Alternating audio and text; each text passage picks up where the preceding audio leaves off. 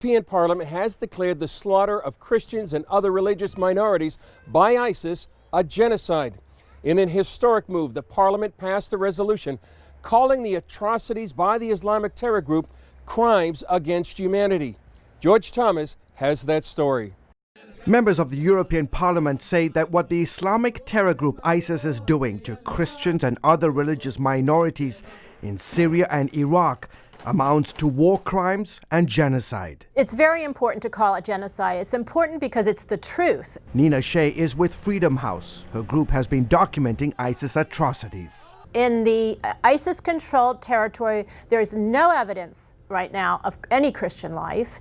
All the Christians have either been killed or driven out. The Yazidis, thousands of them, their women are now sex slaves. The resolution by the European Parliament says those who intentionally commit atrocities for religious or ethnic reasons must be charged with crimes against humanity. And if we take this solemn vow of never again, as we have since the Jewish Holocaust under the Nazis, we have to call it as such for the Christians. Former Congressman Frank Wolf, who has for decades given voice to persecuted Christians around the world, welcomed the unanimous vote, saying it finally recognizes the pain and suffering of those living under constant ISIS threat. To call it genocide would honor those who have been the subject of genocide, so we remember. The plight of Middle East Christians is sobering. In Syria, the number of believers has plummeted from 1.2 million to less than 500,000.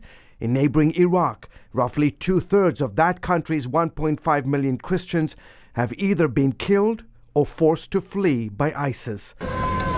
Shea is now calling on the White House to follow the European Parliament's example and label what's happening to Christians in the Middle East as genocide. There's a reluctance on the part of the administration to call it genocide against Christians. They have told us privately that they will call it genocide against Yazidis, but not Christians. On the other hand, Democratic presidential candidate Hillary Clinton has already said that ISIS is committing genocide. During a New Hampshire town hall in late December, Clinton says she was initially reluctant to use the word since it requires countries to take specific action to stop the genocide.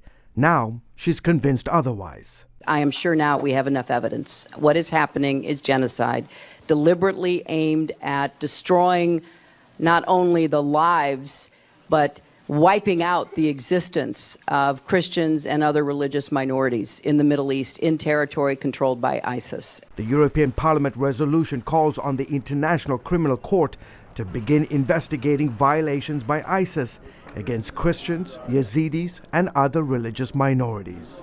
George Thomas, CBN News.